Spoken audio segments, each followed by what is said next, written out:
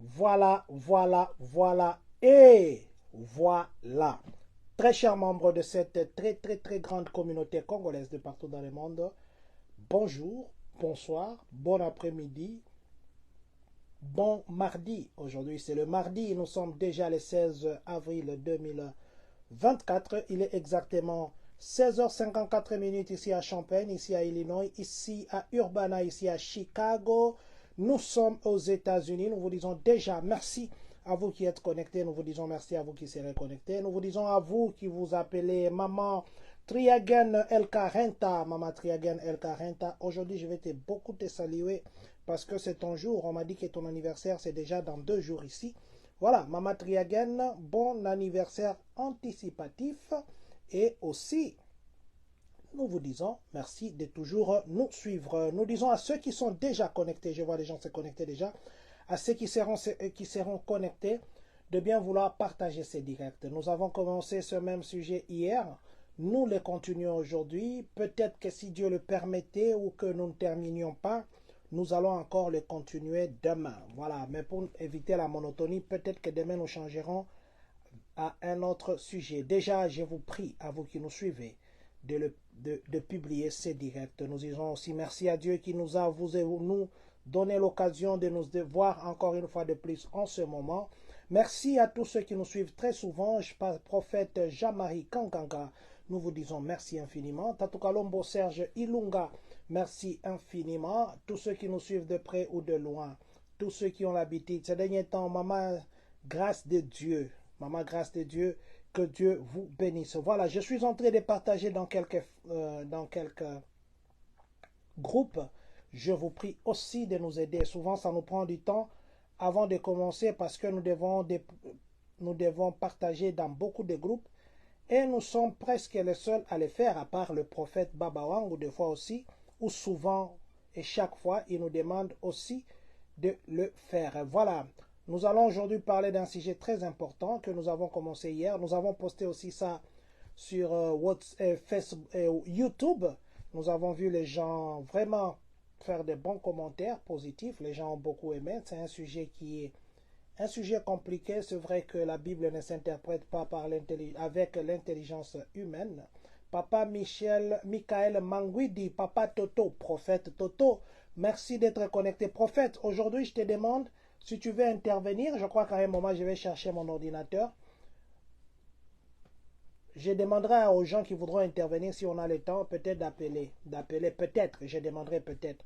Mais nous allons écouter. Mais prophète Michael Manguidi, je suis très content de vous voir. Dites bonjour à Maman Ruth, notre maman. Dites-lui bonjour de la part de la communauté congolaise de Champagne-Cani. Vous tous qui nous suivez, vous êtes mariés.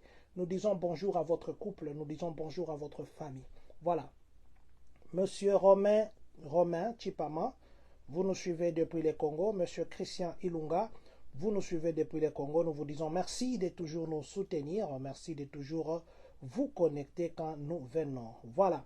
Je nous demande s'il vous plaît de nous aider à partager ces directs. Nous allons partager dans quelques groupes. Et puis nous allons appeler le prophète Babawangu, à qui nous allons poser quelques questions. Ceux qui étaient avec nous hier dans la ligne, ils ont vu comment ça s'est passé. Maman, grâce de Dieu, je vous avais déjà dit. D'ailleurs, merci et bonjour encore une fois de plus. Maman, grâce de Dieu, merci de toujours vous connecter quand nous sommes en ligne. Je vous prie simplement de faire l'exercice que je fais. Inclinez-vous, regardez votre téléphone, partagez dans tous les groupes que vous avez. Partagez dans tous les groupes. Parce qu'aujourd'hui, je sais qu'il y a des versets, je sais qu'il y a des choses qui c'est. Entre guillemets, les gens croient que ça s'est contredit. Mais c'est la façon que les gens comprennent la Bible, ou c'est la façon que les gens ont raison de comprendre la Bible de cette façon-là. Voilà. Je vais juste encore partager dans quelques groupes, 2, 3, et puis, je serai avec vous encore une fois de plus. Voilà. Donnez-moi juste 2-3 minutes. 2-3 minutes, comme ça je serai avec vous. Voilà. Juste le temps que je termine dans ce groupe ici, quelques groupes qui me restent. Voilà, je crois que les autres groupes, je partagerai après. Pour le moment, je pense que c'est déjà bon dans quelques groupes ici dans lesquels j'ai partagé. Vous êtes déjà en ligne, vous réagissez déjà. Vieux Willy Likia, merci infiniment, que Dieu vous bénisse, papa. Merci d'être connecté, que Dieu continue à vous bénir. Voilà, nous allons appeler notre invité de ces derniers temps, de chaque jour, je le dirais ainsi. Notre prophète, celui qui donne le temps pour que nous puissions écouter la parole de Dieu. Voilà, il s'appelle prophète qu'on ne présente plus parce que nous les connaissons avant même que nous puissions le présenter. Peut-être que vous, vous les connaissez plus que moi, et moi, je le connais moins que vous, mais spirituellement, peut-être que nous nous connaissons mieux que vous, ou peut-être que vous le connaissez mieux que moi. Voilà, c'est le syllogisme. Hein. Nous allons essayer de l'appeler. Donnez-nous juste le temps. Nous disons aussi bonjour, bonsoir à ceux qui nous suivent depuis Matadi. Vous vous appelez Nixon Impa Mazé. Nous vous disons merci beaucoup. Merci de toujours nous suivre. Que Dieu vous accompagne. Voilà. Nous appelons maintenant le prophète Baba Wangu qui doit, je crois, être en ligne. Bonjour, papa. Bonjour et bonsoir. Ça dépendra de l'heure à laquelle vous serez en train de suivre ce live. Bonjour les internautes. Bonjour à tout le monde. Que l'Éternel et que la paix du Seigneur soient avec vous. Merci beaucoup, papa. C'est toujours un plaisir de vous avoir. Est-ce que vous pouvez d'abord commencer par nous recommander ce moment entre les mains de Dieu? Oui, Seigneur, véritable Dieu puissant de Jacob, le Dieu d'Israël, nous te prions, Seigneur Jésus, que le ciel nous soit grandement ouvert, agis puissamment, agis, révèle-nous les choses profondes et cachées, permets-nous de parler selon ta volonté. Au nom puissant de ton Fils précieux Jésus, nous avons ainsi prié. Amen. Amen. Merci encore une fois de plus, papa. Nous vous disons merci pour votre temps. Dites-nous un peu, vous êtes toujours à Brazza ou vous êtes rentré à Kin? Non, je ne suis pas à Brazza, mais là je suis déjà à Kinshasa. Je dois juste me reposer aujourd'hui. Puis demain, je crois le vendredi matin, je serai déjà à l'Ouganda. Wow. En tout cas, nous vous disons merci malgré vos déplacements, malgré que le corps peut deux fois demander. Vous nous donnez, nous, la communauté, le temps pour que nous puissions partager un moment avec vous. Nous vous sommes infiniment reconnaissants et nous prions que le Seigneur vous dispose toujours afin que nous puissions bénéficier de la grâce qu'il a mis en vous. Papa, nous commençons toujours par rappeler ce que nous avons parlé hier, bien que nous allons continuer avec le même sujet. Est-ce que vous pouvez brosser, nous rappeler un peu vivement ce que nous avions parlé hier? Merci beaucoup, merci beaucoup.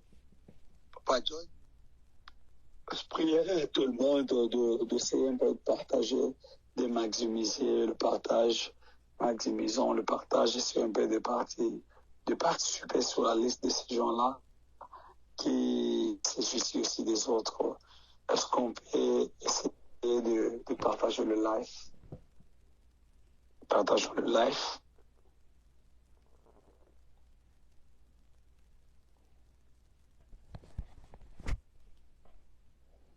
Partageons, s'il vous plaît. Essayez un peu de partager.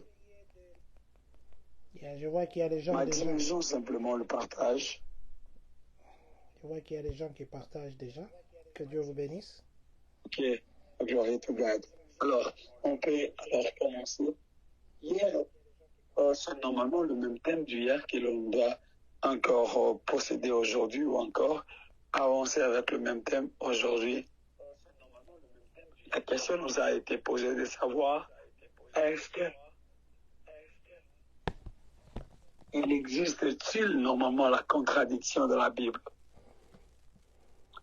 C'était ça la question, mais on avait répondu, disons, il n'y a jamais eu la contradiction de la Bible. La Bible, c'est un monde. La Bible, normalement, c'est l'univers. La Bible, normalement, c'est un grand champ qui démontre que la personne qui doit te faire entrer soit quelqu'un qui est quelqu'un de la brousse, qui a la capacité de révéler des vérités que peut-être que plusieurs ignorent. Alors, si tu veux très bien comprendre la vérité de la Bible, tu dois d'abord être bon lecteur toi-même.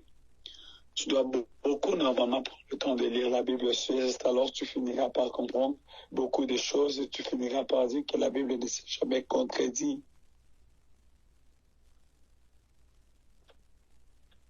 vous avez posé la question de savoir si pourquoi l'Éternel se proclame comme étant un Dieu jaloux, alors que la Bible dit que lui, il ne jalouse pas. Et par la grâce de Dieu, par la puissance du Saint-Esprit, on avait fait comprendre à certaines personnes que lorsque la Bible dit que l'Éternel est jaloux, la Bible fait allusion à un Dieu qui a la capacité de sécuriser son peuple par sa jalousie.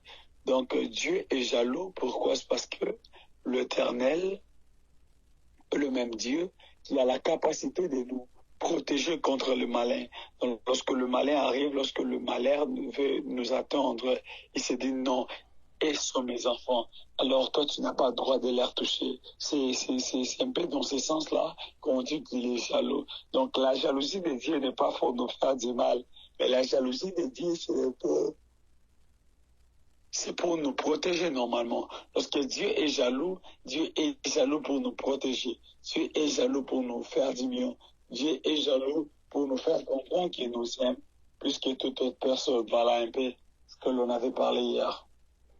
Voilà un peu ce que nous avions parlé hier. Je vois un pasteur en ligne, Papa Janon Lioki, que Dieu vous bénisse. Bonjour aussi à vous, que Dieu continue à utiliser les dons qu'il a mis en vous. Merci aussi d'avoir contribué hier pendant que nous étions en direct. Viens lui Lili qui a papa, à mon papa, nos salutations aussi à maman. Que Dieu continue à vous bénir. Merci de toujours nous protéger et nous suivre. Voilà. Je vais prendre ma Bible. Je vous ai dit que cette fois-ci, j'ai écrit quand même des versets. Bien qu'aujourd'hui, on ne va pas prendre trop de temps. On va aller directement. Je vais commencer par des questions. Papa, je peux commencer? Je vous écoute, papa. Je vais commencer. On va parler de la foi. On va parler des œuvres.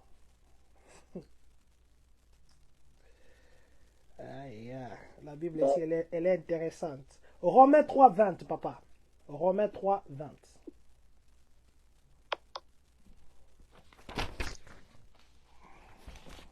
Romains chapitre 3, les versets 20.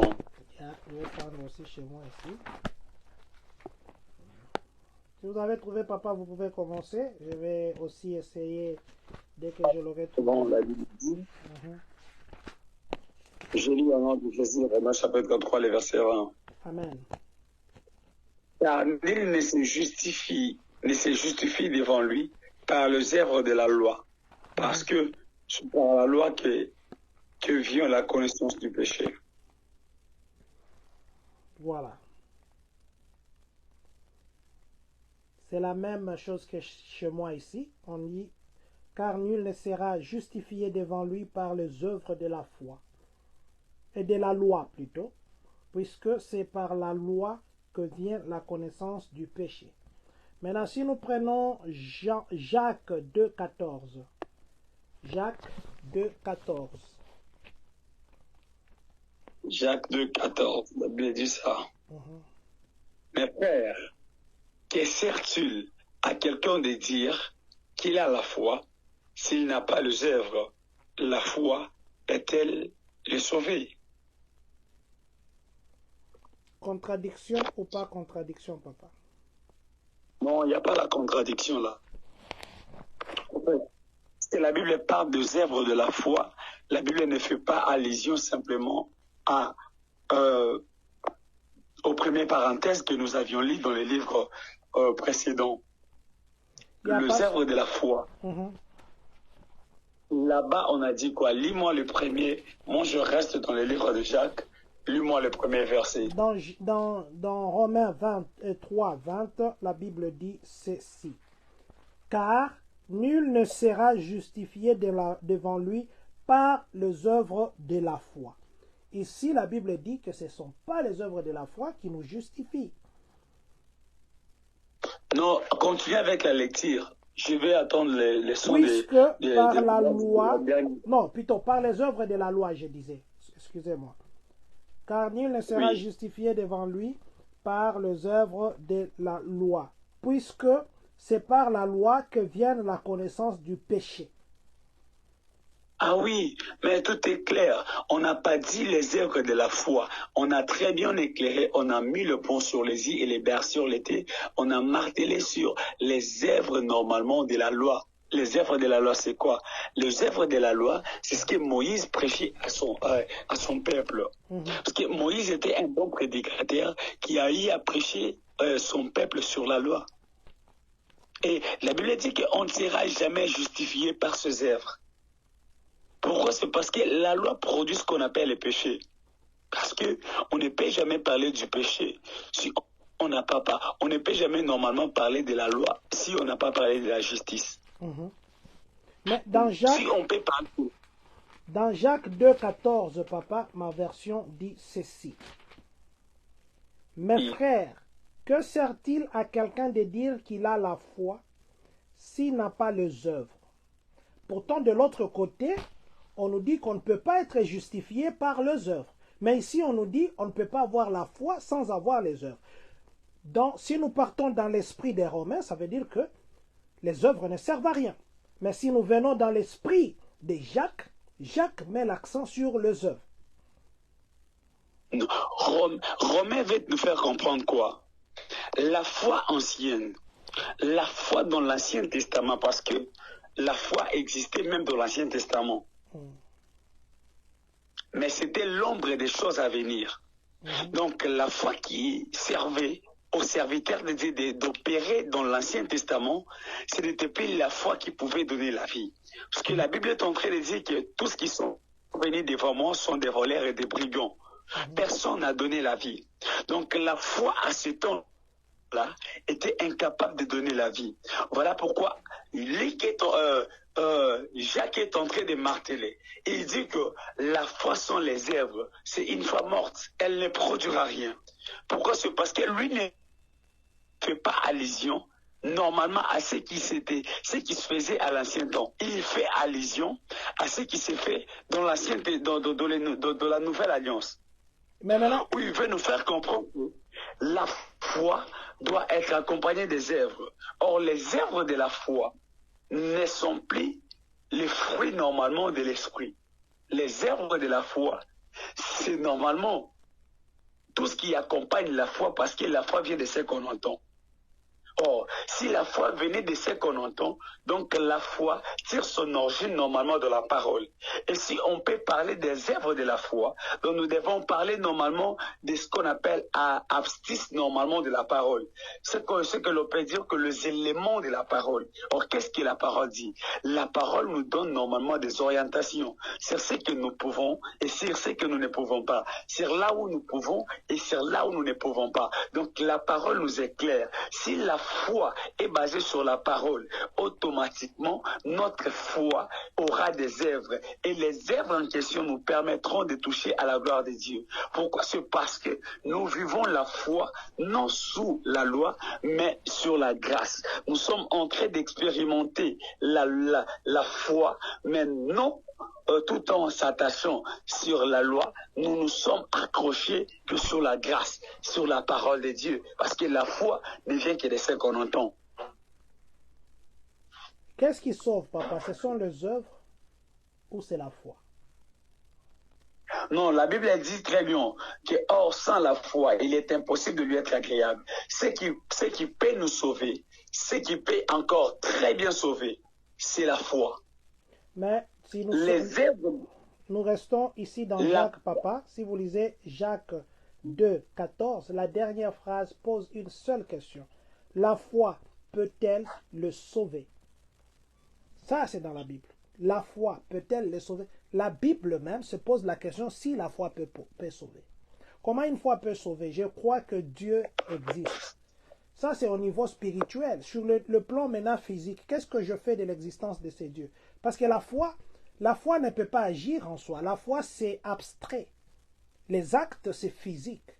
Maintenant, ce qui sauve, ce sont les actes ou c'est l'abstrait que l'on pense dans sa tête là. Parce que dans la foi, vous ne verrez pas ma foi, vous ne connaissez pas la foi.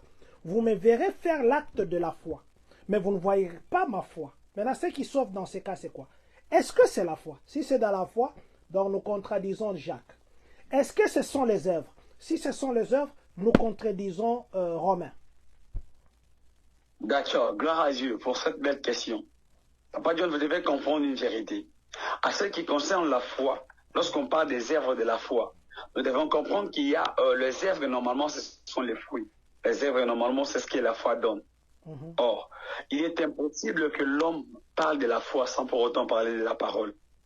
Donc, ce qui peut sortir de la parole, ce qui peut sortir de la foi, ce n'est que l'obéissance à sa parole. C'est lorsqu'on obéit à Dieu que nous produisons ce qu'on appelle les œuvres de la foi. Or, on ne peut jamais faire sortir les œuvres de la foi sans pour autant parler de la foi elle-même. Raison pour laquelle Jacques est en train de différencier. Il parle des œuvres de la foi, puis il parle de la foi. La foi n'est pas foi sans les œuvres. Les œuvres de la foi, on ne parlera plus de ces œuvres sans pour autant parler de la foi. Je dois très bien m'expliquer. La Bible dit ça. Abraham, je suis dans les livres de Romains, Hébreux chapitre 11, verset 17. La Bible dit c'est par la foi qu'Abraham sacrifie Isaac. La foi, c'est la capacité normalement, selon Hébreux chapitre 11, le premier verset. La Bible dit que la foi est la ferme assurance des choses qu'on espère. Une démonstration de ce qu'on espère. Donc, la foi a des dimensions. On doit d'abord comprendre que la foi, c'est la démonstration des choses qu'on espère. Or, ce qu'on espère, on peut les voir ou on ne peut aussi pas les voir. Ce qu'on espère, on peut les toucher tout comme on ne peut pas aussi les toucher. Mais la Bible n'a pas mis un point là. La Bible a continué pour dire, or, sans la Bible dit quoi? La foi est la ferme assurance des choses qu'on espère. C'est une démonstration de ce qu'on ne voit pas. Là, on parle des œuvres. Et les œuvres de Dieu, les œuvres que produira ta foi, nous parlent normalement de tes origines. La foi dans la vie d'Abraham, c'était l'appel de Dieu. Quand Dieu a dit à Abraham, sors de ta patrie, sors de la maison de ton père. Abraham s'est déplacé. La Bible nous dit, c'est par la foi. Je suis dans les livres des Romains, Hébreux plutôt, chapitre 11, le verset 12. C'est le verset 8 plutôt. La Bible dit que c'est par la foi qu'Abraham sortit, sans pour autant savoir où il allait. Mais Abraham s'est déplacé. C'est par la foi. Les œuvres de la foi interviennent quand? Dans la vie d'Abraham. Les œuvres de la foi interviennent lorsque l'Éternel a demandé à Abraham d'offrir Isaac. C'est de là que nous comprenons directement qu'Abraham s'est incliné devant normalement les œuvres de la foi. Donc on ne peut jamais parler de la foi sans les œuvres. On ne peut aussi pas parler des œuvres de la foi sans la foi. Donc les démarches des pères, si vous êtes en train de marcher d'un seul côté, c'est alors Jacques te dira que la foi elle-même ne sauve pas. C'est parce que tu te confies qu'à la foi et non aux œuvres. Donc, pour être alors égal à la pensée de Dieu, nous devons avoir la foi, puis nous devons produire les œuvres de la foi. Parce que la foi elle-même ne suffit pas. Bon, maintenant, papa, qu'est-ce qui passe en premier? Est-ce que ce sont les œuvres? Est-ce que c'est l'amour ou c'est la foi? Qu'est-ce qui passe en premier dans la foi ici? Ce qui passe en premier, c'est premièrement la foi. Parce que la foi vient de ce qu'on entend. C'est par rapport à ce que l'on entend que l'on doit produire ce qu'on appelle la foi. Or, si nous avons déjà l'élément de la foi, là, en fait, je dois très bien m'expliquer. La foi, normalement, c'est un enfant qu'accouche la maternité ou la matrice de la parole. La parole est une matrice qui nous accouche la foi. Mais on ne peut jamais parler de la foi sans pour autant voir la foi, parce que la foi est spirituelle. Alors, pour matérialiser notre foi, nous devons avoir les fruits. Raison pour laquelle on ne peut jamais parler d'un bébé si le bébé ne se déplace pas. Donc, ce sont les œuvres de la foi. Les œuvres de la foi sont égales normalement au comportement d'un enfant. Lorsqu'il était enfant, il agissait comment? Et quand il est en train de grandir, comment est-ce qu'il réagit? Par rapport au comportement de l'enfant, que nous finirons par comprendre que cet enfant a été né d'un tel père ou d'une telle mère. Cela veut dire, la provenance normalement de la foi nous définira normalement les œuvres que la foi peut produire. Parce que nous devons comprendre très bien que la foi a des dimensions. Nous avons la foi qui amène vers la mort, puis nous avons la foi qui amène vers la vie. À l'exemple, celui qui est un voleur, il part voler, il s'est dit que j'ai la foi. Je dois entrer dans cette maison, je dois voler et puis on ne va plus m'attraper. La personne part et elle accomplit normalement sa mission. Vous allez voir qu'il y a une prostituée, en sortant de sa maison, elle dit elle part, elle fait ce bêtise avec des hommes. À son retour, elle dit donc normalement la foi lui a sauvé. Mais est-ce que c'est cette, en fait, la foi lui a répondu à sa préoccupation? Mais est-ce que la foi, une telle foi, peut-elle donner la vie? Peut-elle donner la solution? Peut-elle sauver la vie de quelqu'un? C'est par là que je comprends que la foi aussi peut détruire lorsque la foi n'a pas une belle source. Donc la foi qui détruit, c'est la foi qui n'a pas une très belle fondation. Si tu veux que la foi normalement te donne ce que tu désires, tu dois d'abord commencer par très bien écouter. Est-ce que tu as très bien écouté? La Bible dit, mes brebis connaissent ma voix, ils entendent ma voix. Or la foi vient de ce qu'on entend. Les brebis de Dieu connaissent la voix de Dieu au travers, oh mon Dieu, ça c'est plus fort. Les brebis de Dieu connaissent la voix de Dieu lorsqu'ils parlent. Mais lorsque la parole arrive à nous, la parole se transforme en foi. Donc, lorsque la parole arrive dans la vie de quelqu'un, la parole se transforme en foi. Raison pour laquelle, lorsque Jésus était dans les mains de Dieu, Jésus était le Fils unique. Mais lorsqu'il est descendu, la Bible est en train de nous dire qu'il était normalement la parole faite chair. Donc, la parole qui était spirituelle est maintenant à habiter parmi les hommes. Or, c'était impossible de voir Dieu et de résister. Toute personne qui a vu Dieu a commis la mort. Mais lorsque Jésus est venu, il a simplifié les choses.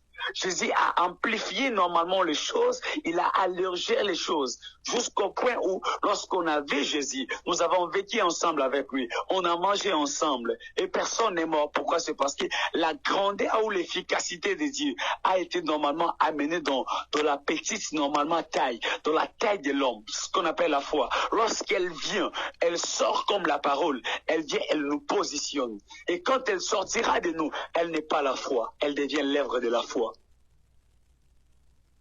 La foi. La foi est seulement réservée aux chrétiens ou tout le monde peut avoir la foi? La foi, normalement, dépend de l'origine. Il y a des gens qui vivent par la foi, mais la foi qui peut les amener vers la mort. C'est réservé seulement aux chrétiens ou bien la foi, c'est pour tout le monde? Même les sorciers ont la foi. Ou bien la foi, c'est seulement un domaine qui est réservé aux chrétiens ou en ceux qui croient en Dieu? Avant je ne puisse répondre à cette question, j'aimerais nous faire comprendre cette portion des Écritures qui accable mon esprit là. Nous allons lire Hébreux chapitre 11, le verset 17. Hébreux 11, 17. Ça, c'est un seul verset qui nous a pris beaucoup de temps. Je crois que je vais passer au deuxième. Hébreux 11, 17. Papa, si vous trouvez, lisez. Moi, je suis en train aussi de chercher. Hébreux ok, 11, la Bible dit ça. C'est par la foi qu'Abraham offra Isaac. Yes. Lorsqu'il fut mis à près et qu'il offra son fils unique, lui qui avait reçu la promesse de Dieu. Yes. C'est par la foi qu'Abraham offrit Isaac lorsqu'il fut mis à l'épreuve et qu'il offrit son fils unique, lui qui avait reçu les promesses. Amen. Papa dit, nous serons d'accord, moi et vous, que lorsqu'on parle normalement d'offrir, dans des autres versions, vous allez comprendre que la Bible est en train de dire que c'est par la foi qu'Abraham sacrifiant Isaac. Est-ce que réellement Abraham avait sacrifié Isaac ou Abraham avait sacrifié le bélier? Bon, je connais qu'il y a une confession de foi dans une des églises. On dit on pêche en parole, en action ou par omission. Ça veut dire, même si on n'a pas fait l'acte, le simple fait que l'on a cette idée-là, c'est déjà péché. Ah ok, c'est ça la foi. Je vous amener à ce point-là pour vous faire comprendre c'est quoi la foi. Abraham a pris son fils. il n'a jamais offert son fils. Abraham a normalement offert le bélier. Parce que le jour où Abraham a voulu toucher à la vie de son fils, l'ange est apparu. La voix a dit, Abraham, ne mets plus ta main sur le fils. Regarde, il a le bélier. Oh, j'ai mal dit. Abraham a offert. Attendez, papa, ça dit que je péchais en pensée, en parole, par action et par omission. Voilà. Pensée, parole, action et omission. Non, je voulais juste compléter. Papa, Non, continue. au niveau de, ça s'arrête à 3. Non, action, en pensée, De en de parole, la pensée, en de la action parole. et par omission. Non, on s'arrête dans les actes. Normalement, c'est dans les actes. Ok. Oui. Et Abraham, il prend son enfant, il dit, je dois offrir cet enfant. Quand Abraham a pris l'enfant, il n'a pas offert l'enfant. Mais la Bible dit c'est par la foi. Donc là, je comprends directement que la foi n'est pas charnelle. La foi est spirituelle. La foi, c'est l'intention que l'homme a envers son Dieu. C'est ce qu'on appelle la foi. Donc la foi, c'est seulement pour les chrétiens, c'est ça? La foi, c'est normalement un système. On peut tous opérer dans la foi. Mais l'on ne sera plus sauvé par cette même foi. Parce que la foi varie. Une pute qui sort, votre exemple là que je prends, qui va chercher, Oui. qui dit j'ai confiance que je vais avoir les gens. Vous avez parlé de la foi, non? C'est la foi Oui. aussi, non? Ou bien c'est pas la foi? Parce que là... C'est la foi, mais ce n'est pas la foi. Comment? Parce que la Bible dit quoi? La foi vient de ce qu'on entend. Donc, toute foi qui ne provient plus de la parole de Dieu n'est pas foi. Mais c'est la foi. Mais parce que vous avez parlé... Non! S'il n'y a pas, Papa John, autrefois je vous ai dit que s'il n'y a pas l'originalité, on ne parlera jamais de la photocopie. Ok, papa, juste une petite question. Maman Patience Pongo, merci de nous suivre depuis le Congo. Que Dieu vous bénisse. Merci beaucoup, maman. Bambi Senga, merci beaucoup de nous suivre. Papa, écoutez, quelqu'un va faire ce qu'on appelle Chizakabwanga. Chizakabwanga, les autres appellent Karu, non pas Karu, les autres appellent ça comment? Kokangamobalina, Basaleli. On appelle ça Zakalaha. Zakalaha, c'est voilà, c'est le terme que je cherchais. On lui donne des poudres. On dit quand tu vas faire ceci, tu fais ceci. La personne qui part à 100% confiance, il dit ça. La poudre ici va faire des choses et je vais voir des résultats comme ça. C'est la foi ou c'est pas la foi? Parce que ce sont des choses que cette personne... C'est la foi qui amène vers la mort. Mais c'est la foi. Oui, c'est la foi normalement. On peut aussi parler de la... On peut aussi parler... Papa John, vous savez, lorsqu'on parle de la mort, il y a des morts. Nous savons qu'il y a la mort physique et la mort spirituelle. Yeah. Lorsqu'on parle normalement de la divinité, nous comprenons qu'il y a des divinités. Normalement, il y a la divinité pire et il y a la divinité qui est fausse. Donc j'allais dire, lorsqu'on parle de Dieu, lorsqu'on parle de maître, nous avons deux maîtres. Nous avons Dieu et nous avons Satan. Lorsqu'on parle de la foi, Satan aussi a sa foi. Lorsqu'on parle normalement de la foi, Satan aussi a la foi. Satan sait très bien que il peut nous toucher, il peut tout nous faire. Mais Satan est au courant qu'il n'arrivera jamais la promesse de Dieu sur nous. C'est aussi la foi. Dire que Satan. La résurrection des morts. Satan. La résurrection des morts, papa. Les gens disent qu'il y aura Oui. résurrection des morts. Les autres disent que ceux qui sont morts, ils sont morts. Ils sont morts, il n'y a pas d'espoir pour eux. Il y en a qui croient et qui ont la foi que si je donne ma dîme, si je vais à l'église chaque jour, si j'ai pris la tête en haut, les jambes en haut, il y en a qui prient même dans la valise. J'ai vu une blague, une dame qui va dans une valise en train de prier pour avoir un mari. Ils ont la foi.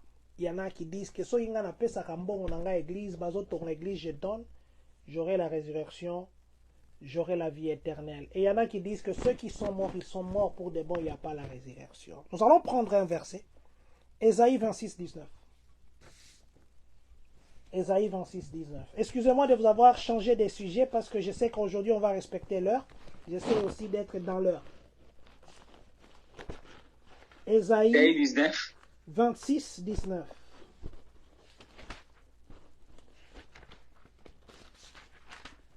Voilà.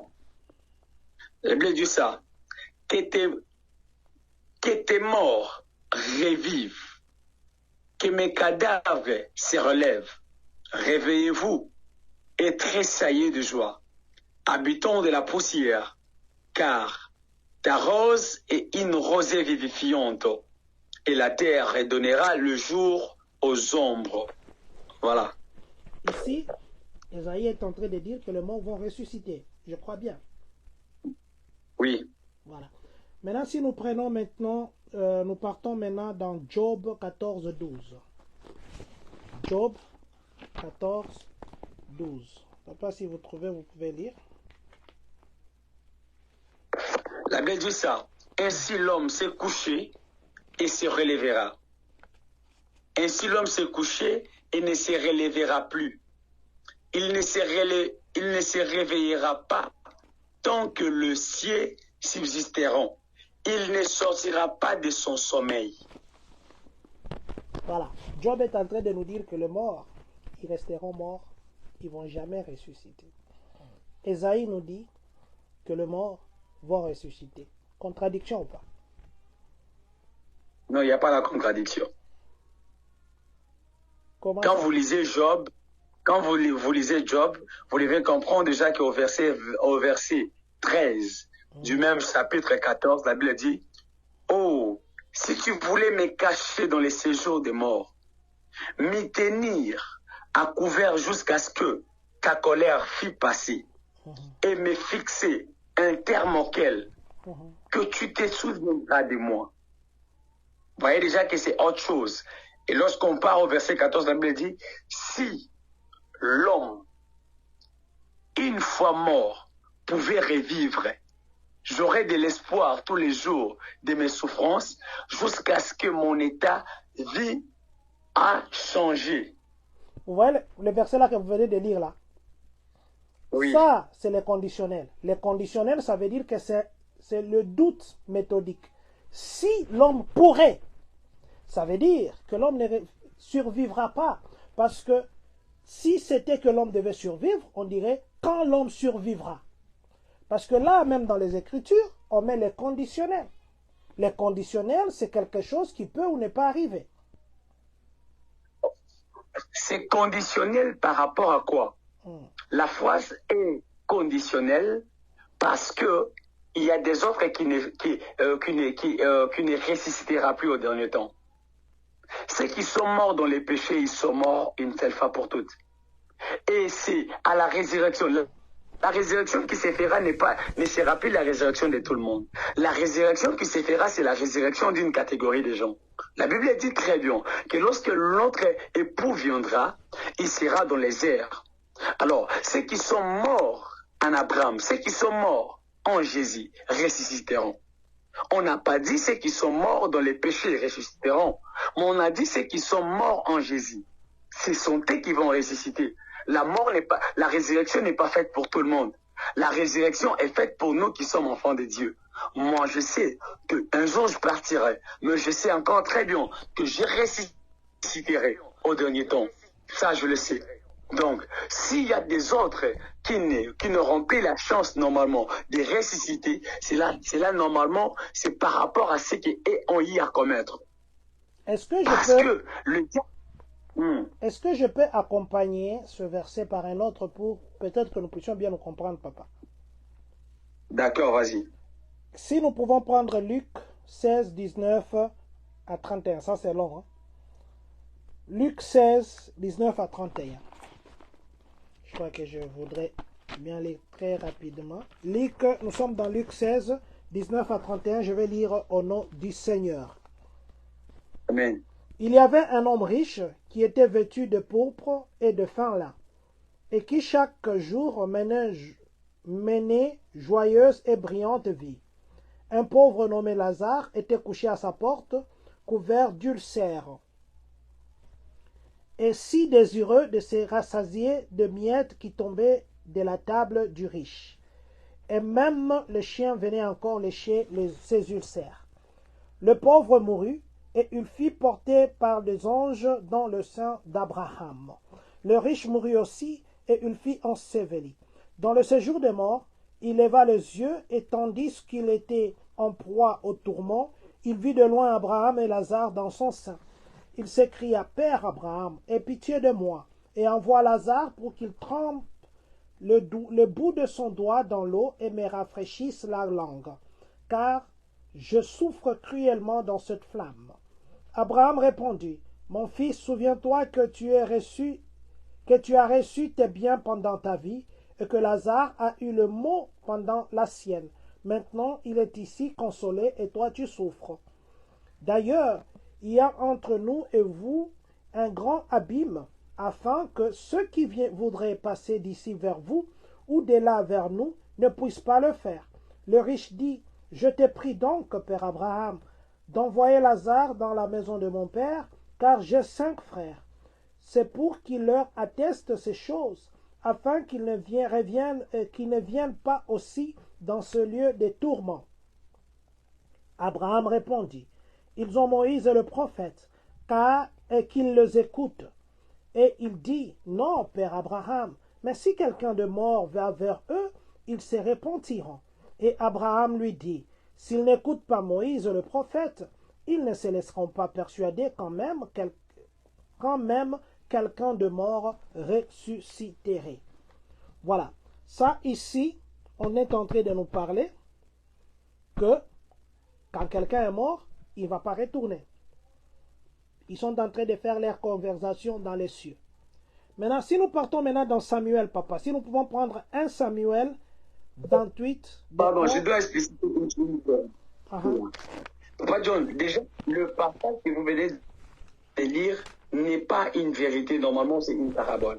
Comment ça? C'est le parabole qu'on appelle le parabole du pauvre Lazare. On est en train de parler du parabole. Or, le parabole, c'est le langage codé. Donc, ce n'est pas la vérité. Ce que nous devons faire sortir, c'est de faire décoder normalement le parabole pour nous amener normalement la pensée de Dieu. Là-bas, l'Éternel voulait tout simplement nous faire comprendre une vérité, tout en disant que les pauvres Lazare étaient pauvres sur le chemin, dans la vie normale, sur le chemin des hommes. Mais il y avait le riche, lui qui était riche, il avait tout dans sa vie. Mais au moins, à cause de ses biens, il s'est perdu. Et les pauvres Lazare étaient dans les seins d'Abraham. Cela veut dire, il y a des liens normalement après la mort. Nous avons ce qu'on appelle les liens du repos, ou les seins d'Abraham, et nous avons ce qu'on appelle les liens du tourment. Toute personne qui est morte en Jésus se retrouve dans les seins d'Abraham ou encore dans les liens du repos. Ce sont ces gens-là qui vont ressusciter au dernier temps. Et toutes personnes qui sont mortes dans les péchés, qui sont mortes dans l'air normalement chose, ils sont dans les liens du tourment. Bien que la clé de l'enfer n'est pas encore, bien que l'enfer n'est pas encore, la porte de l'enfer n'est pas encore ouverte, et ils sont dans les liens du tourment. En attendant jusqu'à ce que la justice sera faite, c'est alors, ils seront alors dans l'enfer. Parce que jusqu'à maintenant, là, l'enfer n'a jamais été ouvert. Je peux lire le deuxième verset. Je peux lire le deuxième verset comme ça, vous comprenez. Ça, c'est une vérité que plusieurs doivent savoir. C'est par rapport à cette vérité que moi, je contredis peut-être les gens qui disent que j'ai été dans l'enfer, j'ai vu telle personne dans l'enfer, j'ai vu telle personne dans l'enfer. Je ne sais pas. Je ne sais pas. Je ne sais pas. Mais à la lumière des Écritures, la porte de l'enfer n'est pas encore ouverte. Comment on vit des gens là-bas alors que la porte n'est pas encore ouverte? Donc là, c'est une parenthèse que je ferme, que la porte de l'enfer n'est pas ouverte. Donc il n'y a personne qui a visité l'enfer parce que la porte est toujours fermée. Si peut-être elle nous parlait du lieu du tourment, nous serons d'accord à la lumière des Écritures. Mais s'il nous parlait de l'enfer, l'enfer n'a jamais été encore ouverte. Je vais lire le deuxième verset et je vais lire la question de l'ingénieur Volonté Khan, qui est notre fidèle auditeur qui nous suit depuis Bukavu. Il a vraiment posé des questions. Je crois que c'est parmi les questions que nous avons posées hier. Si Dieu change son avis. Voilà, je vais d'abord lire le deuxième verset. Comme ça, je vais prendre la question de l'ingénieur Volonté Khan qui nous a écrit cette question depuis Bukavu. Je suis dans le livre de 1 Samuel 28. 11 à 20. Je vais rapidement lire au nom du Seigneur. La femme dit, que veux-tu que je te fasse monter? La femme dit, qui veux-tu que je te fasse monter? Et il répondit, fais-moi monter Samuel. Lorsque la femme vit Samuel, elle poussa un grand cri et elle dit à Saoul, pourquoi m'as-tu trompé? Tu es Saoul? Amen. Le roi lui dit, ne crains rien, mais que vois-tu? La femme dit à Saoul, je vois un Dieu qui monte de la terre. Il lui dit, quelle figure a-t-il? Elle répondit, c'est un vieillard qui monte et il est enveloppé d'un manteau.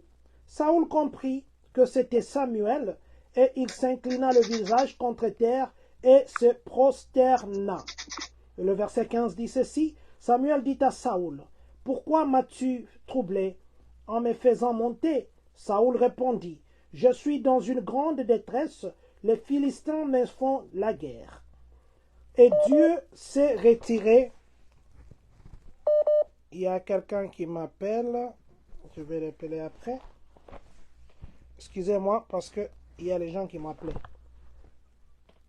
J'étais au verset 15. Et Dieu s'est retiré de moi. Il ne m'a pas répondu ni par le prophète, ni par de songes. Et j'étais appelé pour que tu me fasses connaître ce que je dois faire. Samuel lui dit, pourquoi donc me consultes-tu, puisque l'Éternel s'est retiré de toi et qu'il est devenu ton ennemi? L'Éternel te traite comme je te l'avais annoncé de sa part. L'Éternel a déchiré le royaume d'entre tes mains et l'a donné à un autre roi, à David. Tu n'as point obéi à la voix de l'Éternel et tu n'as point fait sentir à Amalek l'ardeur de sa colère. Voilà pourquoi l'Éternel te traite aujourd'hui de cette manière. Et même l'Éternel livrera Israël avec toi entre les mains des Philistins demain.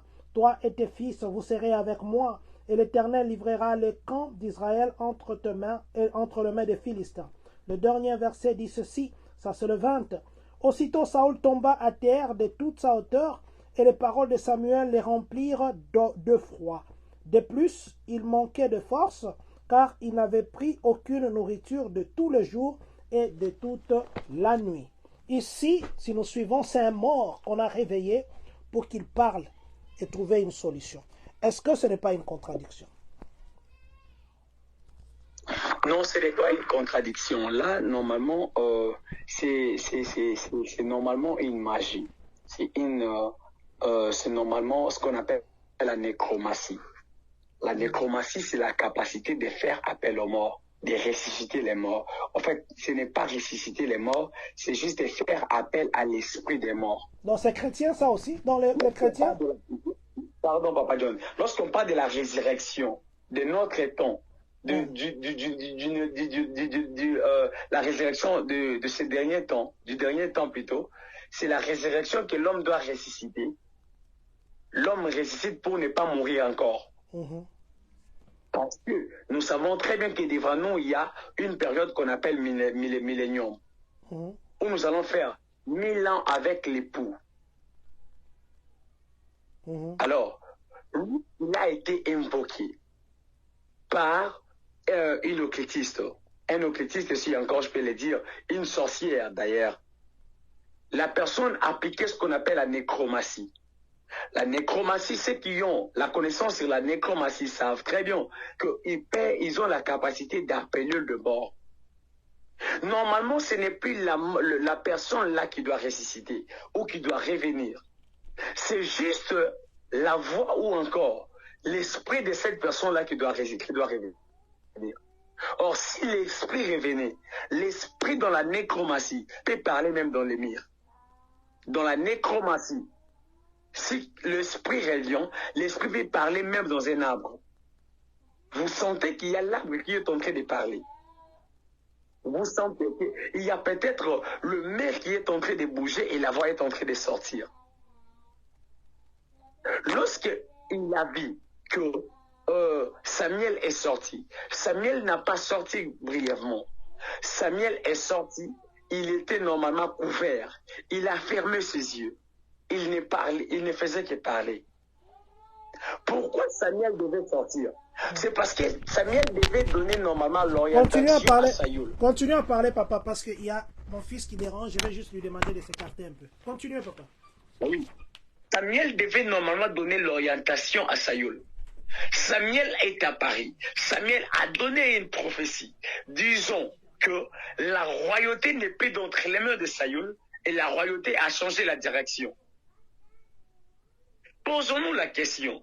Dans la maison d'un féticheur, un homme de Dieu qui apparaît, un homme de Dieu qui nous parle de la parole de Dieu. Là, normalement, c'est l'Esprit de Dieu. Donc, l'Éternel est le même Dieu qui peut autoriser des choses qui vont se faire juste pour lui ramener la gloire. Ça, c'est autre chose.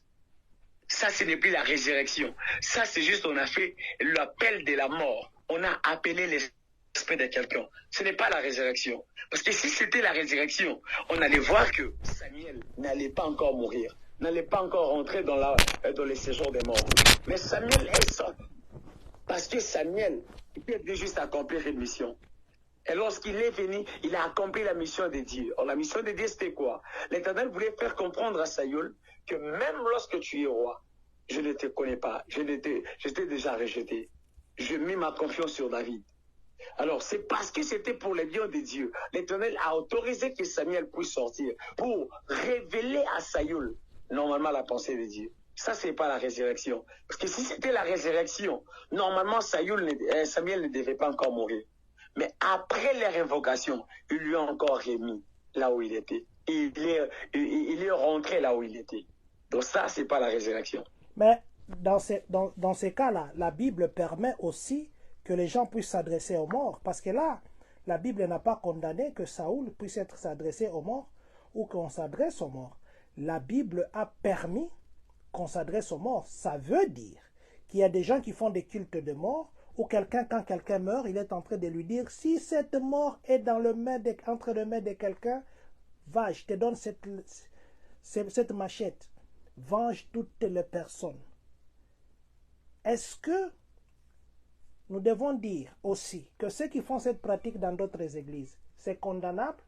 Ou bien la parole dans la Bible là, il y a une parole dans la Bible là, je vais chercher le verset, qui interdit aux gens de s'adresser aux morts. Mais là, nous voyons qu'on s'adressait à quelqu'un qui est mort. Est-ce que c'est mauvais de s'adresser aux morts? Vous avez parlé de la nécromancie, je crois. Ou c'est pas mauvais? C'est trop mauvais, c'est trop mauvais. Il n'y a pas l'harmonie entre les vivants et les morts. Déjà, la nécromancie, c'est le secte occulte. Vous voyez? C'est comme quelqu'un qui part normalement visiter un féticheur. La Bible, lorsqu'elle a été écrite, on nous a parlé sur tout, sauf rien. Mais le problème n'est plus parce que Saül a eu la réponse.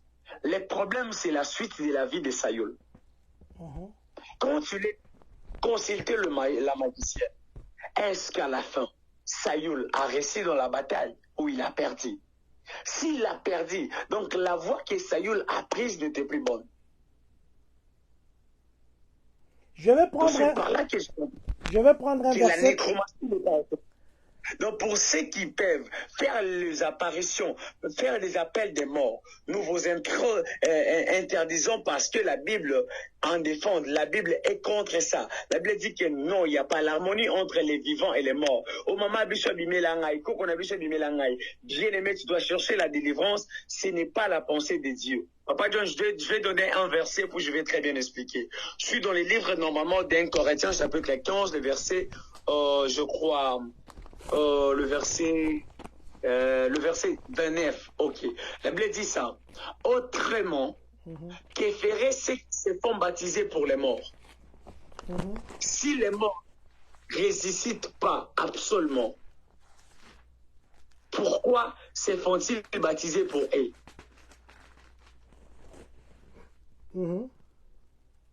Si vous pouvez nous aider avec la lecture, comme ça on doit très bien expliquer. Nous sommes dans 1 Corinthiens 15, le 29e verset. La Bible dit ceci. Voilà, je vais d'abord me faire un devoir de saluer tous ceux qui sont connectés. Papa Fiston Ndunguna, Maman Ghislaine Bolembo Bukassa, merci d'être connecté. Mehdi Nemrod, ainsi que Maman Naomi, que Dieu vous bénisse. La Bible dit ceci, nous sommes dans 1 Corinthiens 15, le 29e verset. la Bible dit ceci. Autrement, que feraient ceux qui se sont baptisés pour le mort?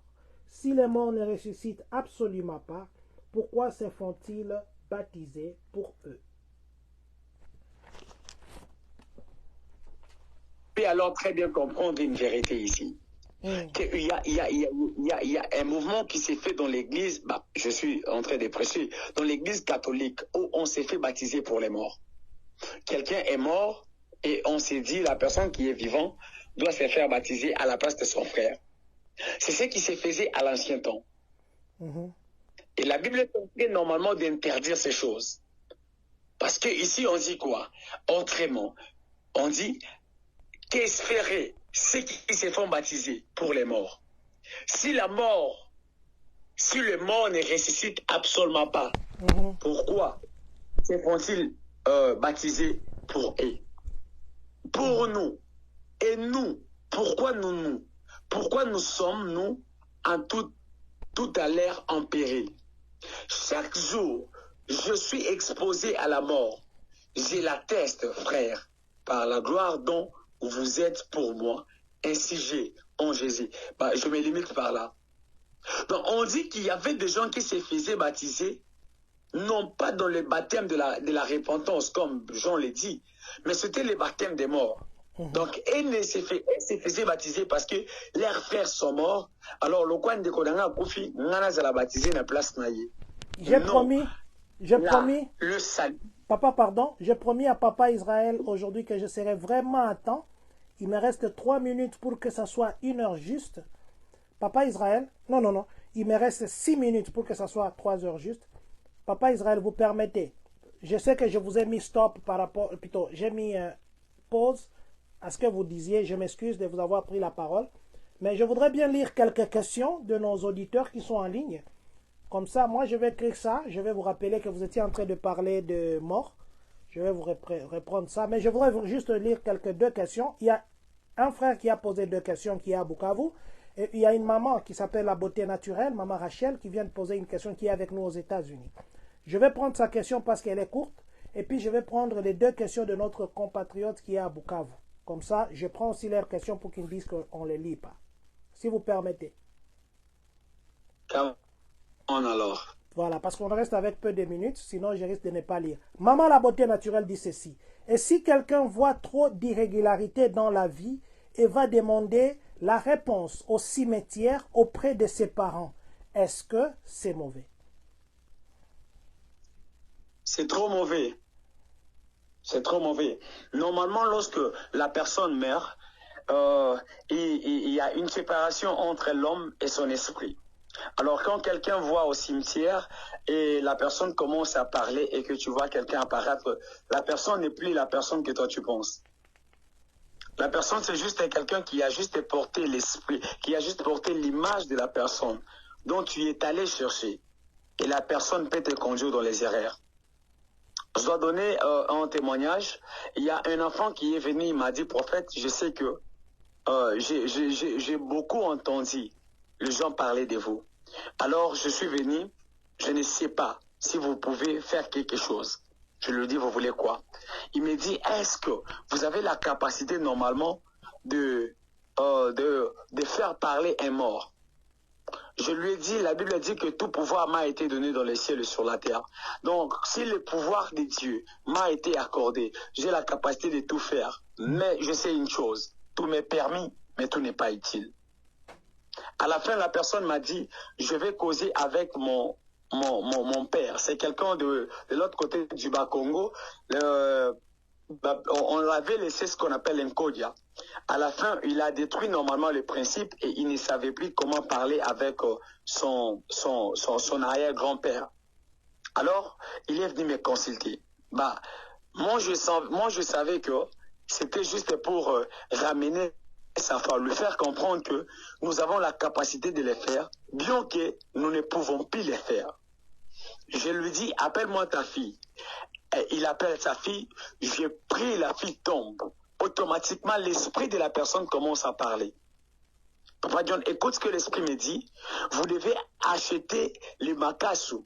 vous devez acheter des œufs, vous devez acheter telle chose, et je vous dirai alors qu'est-ce que vous pouvez faire pour que l'encode en question revienne dans la famille.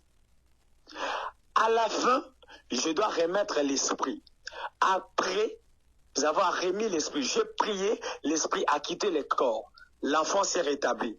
À la fin, je me suis directement dit que ça c'est autre chose. Moi-même à l'intérieur de moi, la parole a commencé à me taper. La parole était en train de me dire quoi? Il n'y a pas l'harmonie entre les morts et les vivants. La personne que tu as appelée, est-ce que c'est lui ou ce n'est pas lui? La personne que tu as priée, la personne s'est présentée, il a parlé. La personne là la personne qui parlait, la personne qui lui écoutait a dit que la voix de la fille ne sortait plus la voix de la fille, c'était la voix de son grand-père. C'est lui qui lui avait laissé l'encode en question. Et à la fin, il est revenu vers moi. Au prophète Castos à la service Swana. Je lui ai dit non, il n'y a pas l'harmonie entre les morts et les vivants.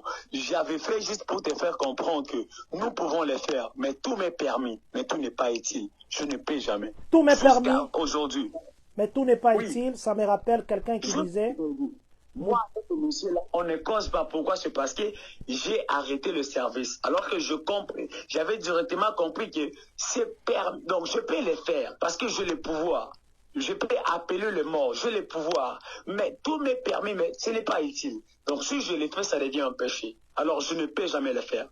Donc, vous qui partez, consultez vos mères, vos pères, vos parents dans les cimetières. Ce que j'aimerais vous dire, c'est que vous êtes sous l'abri, vous êtes sous l'ombre normalement de la malédiction. Vous êtes en train de vous chercher des problèmes avec des esprits que vous ne saurez peut-être pas vous décanter de la situation, alors arrêtez de le faire. Parce que lorsqu'on appelle l'esprit, l'esprit arrive. Mais l'esprit ne vient pas seul. L'esprit vient toujours accompagné de plusieurs esprits. Et lorsque nous remettons l'esprit, l'esprit ne part pas. Peut-être tu n'as pas la capacité de remettre l'esprit. Peut-être tu ne sais pas comment. Est-ce que tu peux parler à l'esprit et l'esprit doit rentrer? Il y a peut-être des esprits qui sont en train de marcher avec toi. Pourquoi? C'est parce qu'un jour, tu as ressuscité le mort. Tu leur as parlé. Les mauvais esprits, les anges déchus ont écouté leurs paroles, ont écouté tes paroles. Ils se sont engagés dans la bataille en pensant que c'était ta mère, en pensant que c'était ton père, alors que tu es maintenant en relation avec les anges déchus. Faisons attention. Faisons attention avec ces choses. Il y a une chanson qui me vient en tête, mais j'ai oublié la mélodie. Nzambe à Israël, Nzambe à... Bon, je ne peux pas dire Adi Nabala ici parce qu'on est en train de prier. Nzambe à... C'est pas moi, Nzambe à... On cite le nom des gens. Ces gens-là, ils ne sont plus vivants, ils sont morts. Hein? Quand les gens là disent, là, ils sont en train de prier. Nzambe à Moïse, Yaka, Moïse. Mais là, ils sont en train de faire quoi? Ils n'appellent pas les morts. Ça s'est fait dans les églises même. Vous voyez, les gens prennent des heures hein, en train de faire ça. Ils appellent quoi? Les morts ou les vivants? Parce que Jésus, on l'appelle, on sait qu'il est ressuscité du tombeau. Quand on l'appelle, il n'est plus mort. Lui, il est vivant, on a témoigné sa résurrection. Mais tous ces gens-là qu'on invoque, là, ils étaient ressuscités où? Dans la Bible, on n'en parle pas. Melchisedec, on ne sait pas sa généalogie, on ne connaît pas là où Melchisedec. Je n'ai pas encore entendu les gens prier Nzambe à Melchisedec. Je n'ai pas encore entendu les gens prier Nzambe à Abraham et à Adam à Ève. Je n'ai pas encore entendu les gens. Moi, qu'ils prient dans un coin où moi je ne suis pas là. Ils invoquent qui dans ces temps-là, papa? Parce que invoquer, c'est faire appel à quelqu'un. Le simple fait que vous prenez le temps, Nzambe à Israël. Israël, avant d'être Israël, il avait un autre nom. Hein? Nzambe à Boé, Nzambe à Boé. Ce n'est pas les morts qu'on invoque dans l'église. Gloire à Dieu pour cette belle question. Papa John, quand je dis que Nzambe et Abraham, je ne fais pas allusion à Abraham, mais je fais allusion à la promesse de Dieu sur la vie d'Abraham parce que la promesse ne meurt jamais. Donc quand je parle d'Abraham, je fais allusion à la foi, le Dieu qui produit la foi. Que le Dieu d'Abraham vienne, je fais allusion au Dieu qui produit la foi. Quand je dis le Dieu d'Isaac, je fais allusion à un Dieu de l'obéissance. Le Dieu qui a la capacité normalement d'être obéissant jusqu'à sa mort. Lorsqu'il était dans la vie de son fils, le fils précieux Jésus. Il a été obéissant jusqu'à la mort. Nous allons comprendre que dans la Bible, Isaac est la personne qui a été normalement amenée sur la montagne. Là où il y avait le bois, il y avait le feu, mais il n'y avait plus l'agneau. Mais au moins, le jeune garçon montait toujours. Jusqu'au point où son père lui a mis normalement sur l'autel. Isaac est obéissant. Donc quand je parle du Dieu d'Isaac, je fais allusion à un Dieu qui est obéissant. S'il est le Dieu de l'obéissance, donc tout ce qu'il a réussi, il les a confiés à nous. Je prie que ces dieux-là me donnent la capacité d'être aussi obéissant.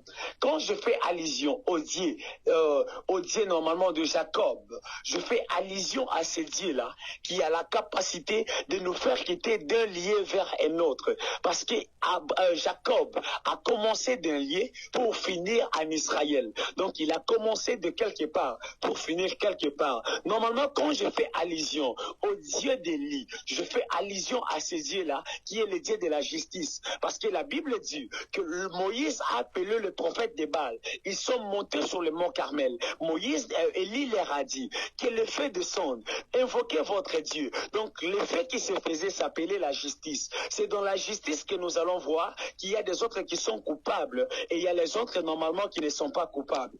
Donc Élie est le prophète de la justice. Lorsqu'il arrive et quand je parle d'Élie, je fais allusion à la justice de Dieu. Quand je parle de Moïse, je fais allusion au Dieu qui nous a prescrit la loi, le Dieu qui est capable de nous donner le marche à suivre, le Dieu qui est capable de nous donner, de nous faire savoir les principes, de nous faire savoir les commandements, le Dieu qui a la capacité de nous faire comprendre normalement le chemin que nous devons suivre. Lorsqu'on parle, on invoque, nous ne sommes plus en train d'invoquer simplement le Dieu d'Adin Abal, mais nous ne sommes plus en train d'invoquer Adin Abal, nous sommes en train d'invoquer son Dieu. Or, le Dieu en question, c'est le Dieu qui ne se répand pas. Papa John, nous serons d'accord, moi et vous, qu'il y a quelqu'un dans la Bible qui n'existait pas. Il était mort déjà, après plusieurs années. Mais ses ossements ont eu la capacité de ressusciter quelqu'un. Les ossements d'Élisée ont eu à ressusciter quelqu'un. Élisée n'était plus là. Comment est-ce que ces ossements ont eu à ressusciter? Donc nous comprenons directement que si le Dieu, si on parle aujourd'hui de ton Dieu, c'est parce que nous reconnaissons que le Dieu qui est sur toi, le Dieu qui t'accompagne, n'est pas un Dieu comme toute autre personne. Le Dieu qui t'accompagne, c'est la parole. Or, la parole ne mourra jamais. La parole est infaillible. La parole est inébranlable. La parole est la seule chose qui restera éternellement. Raison pour laquelle, lorsqu'on s'adresse au Dieu de quelqu'un, nous faisons appel à la parole que le Dieu d'Israël lui avait parlé. Si normalement le Dieu là avait prononcé de belles paroles sur lui, lorsque nous invoquons son Dieu, automatiquement nous nous accrochons à la promesse que Dieu avait faite à son serviteur. J'aime quand les prophètes parlent. J'aime. J'ai vu les avances ici, j'ai vu les amens ici. J'ai vu moi-même, j'ai écouté. Papa, je vais prendre 2 questions. Je sais qu'on a dépassé 1 heure, je crois, 7 minutes. Je prends la dernière question, c'est à vous de répondre. Et puis, nous allons clôturer pour vous donner aussi. Je vous ai dit qu'on fera 1 heure. On a dépassé déjà des 7 minutes. Je dois respecter ce que j'avais dit. Non, nous avons dépassé des 3 minutes. Donc, je prends la dernière question de notre frère qui est à Bukavu. Nous disons Amen pour ce que vous avez dit. Mais j'ai encore beaucoup de questions dessus. Je me réserve simplement parce qu'on doit respecter le temps. Nous sommes avec l'ingénieur Volonté Khan. C'est quand même de longues questions. Je vous prie vraiment, prophète. Je vais tout lire. Je ne sais pas si vous pouvez prendre note. Ingénieur Volonté Khan de Bukavu nous dit ceci. Dieu change-t-il d'avis? Ça, c'est un point d'interrogation qu'il met à la fin. 1. Oui, l'Éternel adressa la parole à Samuel et lui dit, « Je me réponds d'avoir établi Saoul pour roi. » 1 Samuel 15, 10 à 11. Je vais dire déjà à l'ingénieur que ce verset, nous avions parlé de ça hier. Si vous voyez le direct d'hier, vous allez parler. Peut-être le prophète parlera, mais moi je vous réponds déjà parce que nous sommes cette personne qui avions posé cette question. 2. Non, celui qui a la force d'Israël ne ment point, ne se répand point, car il n'est pas un homme pour se repentir.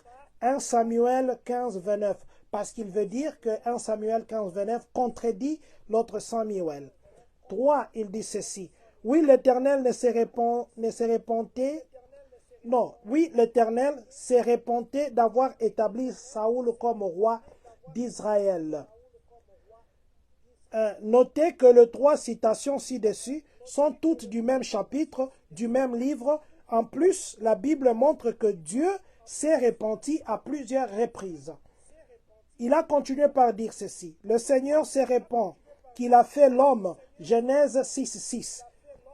Je me répands de les avoir faits. Genèse 6, 7. Et l'Éternel se répand du mal qu'il avait déclaré vouloir faire à son peuple. Exode 32, 14. Beaucoup d'autres références. Voilà. Merci beaucoup, merci beaucoup. Le frère, le nom c'est qui, Papa John? Ingénieur Volonté Cadne.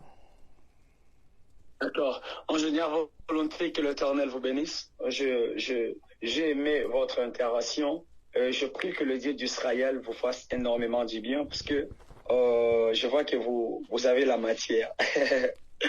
Que l'Éternel vous bénisse. En tout cas, je vais très bien vous répondre à cette question. Il y a plusieurs parenthèses que la Bible est en train de dire que Dieu s'est repentant. Dieu s'est repenti. Dieu s'est repenti.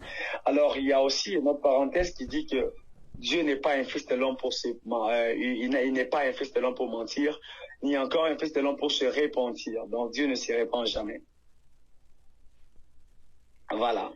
Je vais très bien vous éclairer. Vous savez quand est-ce que l'Éternel peut se repentir? Normalement, on a commencé dans l'histoire de Saül. Vous et moi, nous sommes d'accord que Saül était le choix de l'homme. Mais, bien que Saül était le choix de l'homme, celui qui a dit normalement, celui qui avait ordonné que Saül soit consacré, ce n'était pas les hommes, c'était Dieu lui-même. En d'autres termes, Dieu peut écouter ta prière, il peut te récompenser, il peut te répondre par rapport à ta prière, mais ce n'est pas sa volonté. Raison pour laquelle il y a plusieurs personnes aujourd'hui. Ils ont prié pour le travail, Dieu leur a donné le travail, et à la fin, ils sont morts par des empoisonnements. Pourquoi? C'est parce que le travail en question était simplement leur prière à eux. Dieu est notre Père. Tout ce que nous demandons à Dieu, Dieu finira par le faire. Mais ce qui est bien, ce que nous devons aussi demander, après avoir demandé tout ce que nous avions besoin, nous devons aussi demander à Dieu, dire à Dieu que nous voulons que ta volonté soit faite. La volonté de Dieu permettra à Dieu de ne jamais te faire du mal, de ne jamais t'abandonner, de ne jamais se détourner de sa promesse, parce que c'est sa volonté à lui. Je m'explique. Dieu ne se répand pas. Comment est-ce que Dieu peut se repentir? Dieu, lorsqu'il parle de la repentance, il ne fait pas allusion normalement au changement des mots, comme le disent les gens. Mais lorsque Dieu parle de repentance, il fait allusion normalement au changement de son couloir. Hier, j'avais très bien dit que dans le livre d'Exode, il est dit que Moïse avançant, il vit qu'il y avait les buissons devant lui. Moïse se détourna pour voir. Quelle est cette grande vision? Comment est-ce que Moïse, lui, avait déjà vu? Mais Moïse doit se détourner. C'est par là que je comprends que l'Éternel ne se répand pas. Mais ce que l'Éternel fait, c'est quoi? Lorsque quelqu'un vit sous la malédiction, l'Éternel peut se fâcher. Mais par amour de Dieu, à la place de nous punir, il dit non, je ne vais plus les punir. Je vais leur montrer l'amour. Donc, il s'était fâché. L'Éternel était fâché pour te faire du mal. L'Éternel était normalement fâché parce que tu t'es détourné de sa voie. Mais par amour, il s'est détourné. Le fait de se détourner là, c'est ce que la Bible est en train de souligner en disant que l'Éternel s'est repenti. Ce n'est pas que l'Éternel avait péché. Ce n'est pas que l'Éternel avait fait quelque chose du mal. C'est juste parce que l'amour de Dieu n'a pas permis à Dieu de toucher à ta vie. L'amour de Dieu n'a pas permis à Dieu de mettre sa main sur toi. L'amour de Dieu a privé à Dieu de te faire du mal. L'amour de Dieu a permis à Dieu de te protéger. Voilà pourquoi la Bible dit, c'est par amour. Je crois que je suis dans les livres de Apocalypse chapitre 4, je crois, les versets 2, où la Bible est en train de dire le premier amour et le deuxième amour. Il dit, c'est que j'ai contre toi, ce que tu as oublié ton premier amour. Souviens-toi d'où tu es tombé et répands-toi. C'est que j'ai contre toi, ce que tu as oublié ton premier amour. Alors, je me suis repenti parce que je m'étais égaré de toi. Alors, je dois changer les positions. Pour que je change les positions, je t'ai pris alors. Souviens-toi d'où tu es tombé et répands-toi. Pratique le premier œuvre. Donc, la repentance de Dieu n'est pas comme la repentance de l'homme. L'Éternel se répand comment? Tout en s'accrochant à sa promesse, tout en étant faible devant son amour. Parce que il y a une seule chose qui rend l'Éternel faible, c'est la promesse de Dieu. Il n'est pas un homme pour mentir. Là où il y a la promesse de Dieu, l'Éternel s'incline pour changer la position. Si l'Éternel t'avait dit, raison pour laquelle autrefois je dis à mes enfants, le diable est incapable, Dieu, lui-même Dieu qui a créé le ciel et la terre, il est incapable de me tuer aujourd'hui.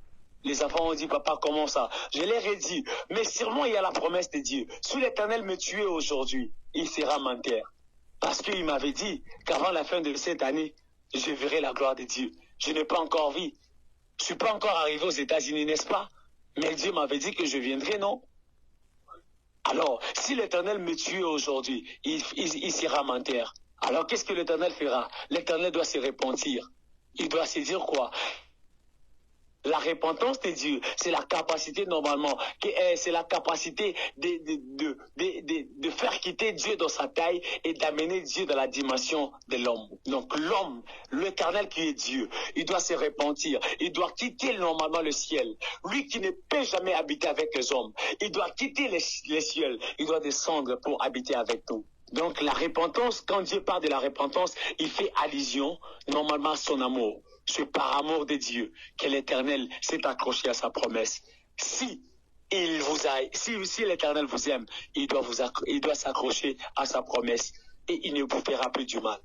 Raison pour laquelle je dis à quelqu'un, toi qui m'écoutes maintenant, c'est fort et possible que le même Dieu qui avait dit à son prophète qu'il va te tuer dans peu des jours, il est le même Dieu qui peut encore revenir pour te dire, je me suis souvenu de tes bienfaits, je me suis décidé de ne jamais te tuer, de ne pas te tuer encore. Alors tu as encore 15 ans devant toi. L'Éternel s'est repenti de t'avoir peut-être promis à te faire du mal.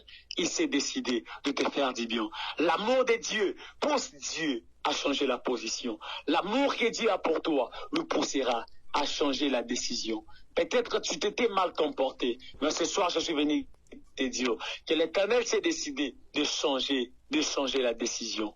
Que l'Éternel Ingénieur volonté Khan, ingénieur volonté, je vois que vous avez ajouté 2 autres questions. Permettez que ces 2 questions, nous commençons avec demain. Je ne vais pas lire votre question, je vais vraiment terminer avec la question de maman beauté naturelle. Papa qui dit ceci. Vous dormez, vous rêvez par exemple votre père, votre mère qui est déjà mort ou qui est déjà morte, venir vers vous, vous donner les conseils. Et ce sont des vrais conseils où ils vous épargnent de quelque chose. Vous dit par exemple, lobi kobi mate po eloko moko ekoye la onanzela. En fait, lobi pe mutu ko lingaki o mata batumsu ba mati basali accident. Quand un mort vient vous donner un conseil dans les rêves, est-ce que c'est aussi mauvais? C'est aussi entrer en contact avec le mort? Non, ça c'est pas entrer en contact avec les morts. Ça c'est ne pas entrer en contact avec les morts. Normalement, ça c'est une orientation. Ça normalement c'est normalement je dirais une prophétie. Nous devons savoir que lorsque l'ange vient pour te parler, l'ange ne prendra plus l'image que tu ne connais pas parce que tu ne sauras plus comprendre que c'est le langage de Dieu. L'ange prendra simplement l'image que tu maîtrises. Il prendra l'image de la personne que tu connais pour venir te libérer le message. Parce que l'ange est esprit. L'esprit de Dieu, alors, pour venir le libérer le message, il doit posséder les corps de quelqu'un. Alors, il peut choisir n'importe qui, juste pour te libérer le message. Si tu invoques l'esprit, là, c'est un péché. Mais si l'esprit en question vient lui-même, ça, c'est pas un péché. Là, c'est le prophète qui a répondu. Prophète, nous vous disons infiniment merci, Papa Israël, que Dieu vous bénisse. Merci pour ce moment que vous avez passé avec nous. Ça fait aussi beaucoup de jours. Hein. Vous n'avez pas proclamé une parole sur quelqu'un. Si Dieu permettait, bénissez moi-même quelqu'un dans la ligne ici qui nous suit maintenant. Peut-être même ingénieur volonté Cannes qui nous suit depuis Bukavu. Parce qu'il a dit que c'est juste pour éclaircir, ce ne sont pas des questions. Mais si vous pouvez me les bénir, papa, ça va me faire du bien. Comme ça, juste après l'avoir béni, nous pourrons clôturer. Vous allez clôturer, parce que là, je ne pose plus de questions, je vous laisse... Quand ma main droite était levée, quiconque a suivi cette life, quiconque nous a suivis du début jusqu'à la fin, Père éternel, Dieu est ton nom. Je prie, Seigneur Jésus, que le Dieu d'Israël, le Dieu de mes pères, que ce Dieu-là se souvienne de tout un chacun. Je suis en train de déclarer comme un prophète établi par Dieu, que là où les choses n'avançaient plus dans ta vie, je prie que les choses avancent. Je suis en train de déclarer que là où il y avait l'harmonie entre toi et les morts, qu'il y ait une séparation totale, mais que l'ange de Dieu, que l'ange de l'Éternel te vienne en secours. Je suis en train de prophétiser comme un sacrificateur en fonction. Je déclare au nom de son Fils précieux Jésus, que toi tu vivras, tu ne mourras pas. Tu raconteras les œuvres de l'Éternel. Tu témoigneras dans ces mois. Tu verras la gloire de Dieu. Je prie, toi qui avais le problème normalement de la conception. Je déclare que l'Éternel te donne des jumeaux. Je déclare, toi qui avais le problème au niveau de ton travail. Je prie que l'Éternel t'embauche, que l'Éternel te donne un très bon travail. Je déclare comme un roi de Dieu. Toi qui voulais normalement t'accrocher à Dieu, mais tu ne savais plus par où commencer, par où finir. Je suis en train de déclarer qu'il est en train de te faire appel. Ce soir, il est en train de me dire, de dire à quelqu'un qu'il est devant ta porte, il est en train de frapper. Celui qui ouvrira son cœur, il entrera, puis il demeurera avec toi. Ma main droite est élevée, pour ta vie, que ta vie ne soit plus la même. Je déclare comme un roi de que là où tu avais tombé, que l'Éternel te relève et qu'il te donne encore la force d'aller plus loin. Que le Dieu d'alliance, que le Dieu de mes sacrifices, que le Dieu de mes pères, que le Dieu d'Israël se souvienne de tout un chacun. Là où ton homme t'est maltraité, je prie qu'il y ait l'harmonie. Là où ta femme t'a abandonné, je prie qu'il y ait l'harmonie. Là où ta femme t'a quitté, elle est partie avec les enfants. Tu n'as pas droit de toucher tes enfants. Je déclare comme un roi de Dieu que l'amour de Dieu descende là où vous êtes maintenant, que le miracle se produise. Toute personne qui m'entend maintenant, qui a un problème avec ces documents, je suis en train de prophétiser comme un sacrificateur de Dieu. Je prophétise au nom de Jésus. Je prie sur la communauté, qu'une onction descende maintenant, qu'il y ait des témoignages en cascade. Je prie au nom de Jésus que toute personne qui est malade, toute personne qui a un enfant malade, qui a un homme ou une femme malade, je prie maintenant que le Dieu qui m'a appelé commence maintenant à guérir des malades au son de ma voix, au nom puissant de Jésus. Je bénis la vie de Papa John, de sa famille, sa femme, ses enfants, Père éternel. Je bénis toute personne que nous soutiens, de loin tout comme de près. Éternel Dieu, prends soin de nous. Oriente-nous et dirige-nous. Amène-nous dans ta profondeur. Au nom puissant de ton Fils précieux Jésus. Nous avons ainsi prié tous. Amen. Amen. Merci beaucoup, papa. Merci infiniment. Merci beaucoup. Merci vraiment beaucoup. Je crois que vous pouvez rappeler votre numéro de téléphone. Comme ça, si quelqu'un peut nous aider à écrire le numéro de téléphone alors que le prophète le dira dans le commentaire, ça sera une bonne chose. Vous avez des questions privées, très privées. Vous voyez, quand nous avons commencé ces directs, le prophète, moi, je le provoquais. Je l'ai provoqué avec mes questions. Je lui disais de prophétiser sur les gens. Il a prophétisé sur les gens en direct. Maintenant, les gens ont commencé à avoir peur d'écrire Jésus-Christ gagne toujours. Si vous avez besoin que Dieu vous parle au travers des serviteurs, appelez ces numéros. Papa, c'est quoi les numéros? Si vous voulez que l'on puisse parler, vous avez des questions particulières, appelez-nous au numéro plus 243 81 31 68 778. Plus 243 81 31 68 778. Voilà, c'est le numéro. C'est mon numéro. Dès que vous appelez, je vous aurai sans problème. Alors, je devais aussi dire à quelqu'un que demain, ceux qui veulent normalement prier ensemble avec nous, après juste l'émission de demain, nous aurons un moment de la prière. Là, je crois que ça sera sur WhatsApp. Donc, le numéro est là. Vous allez juste nous écrire. Puis, nous allons prendre le temps de prier pendant 1 heure du temps. Donc, nous allons passer l'émission et après l'émission, nous aurons le temps de prier. Nous aurons le temps de prier. 1 heure du temps seulement, nous allons prier. Et je crois que l'Éternel va nous faire du bien. Que Dieu vous bénisse. Merci à l'ingénieur volontaire Kani qui a écrit le numéro. Merci à papa, maman, Ndeko, Nyoso Alanda Kibiso, Ndeko Nabiso, Karim Chelem. Merci pour les versets que vous avez donnés. Nous allons lire ça demain. Papa, demain nous parlons du même thème ou bien nous parlons d'abord d'autre chose? Comme il y a des versets qui semblent être contradictoires, il y a plusieurs versets qui semblent être contradictoires. Alors demain, je ne sais pas. Tout dépendra que de vous. Vous savez que moi, je suis un peu parallèle. Donc, merci. Partout où vous allez m'amener, nous allons parler. Demain, nous parlerons toujours des versets. Il y a beaucoup de versets. Je vois les gens en train d'écrire les versets. Vous avez des versets que vous ne comprenez pas dans la Bible. Vous avez des versets qui vous semblent, qui vous fait de brouillard. Vous avez des versets que quand les autres interprètent, vous pensez que ce n'est pas ça.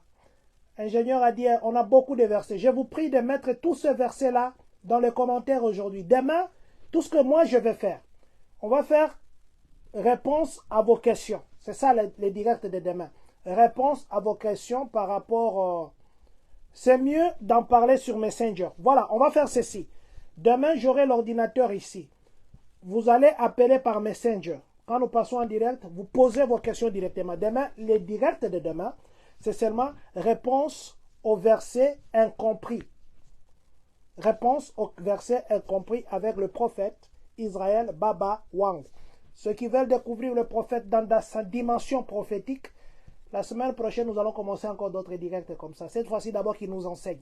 Que Dieu nous bénisse. Nous nous donnons rendez-vous demain. Papa Arma Tolenga, Papa Arma Moyo, je sais que vous êtes connectés. Maman France, bonjour à vous et tous les enfants. Nous nous donnons rendez-vous demain. Merci à vous qui étiez connectés. Que le Seigneur visite vos maisons et que cette nuit soit une nuit bénie partout où vous êtes. Que les anges soient à votre service et que le Saint-Esprit vous donne la sagesse, l'intelligence, la longévité. Merci infiniment pour tout. Merci beaucoup. Que Dieu nous bénisse.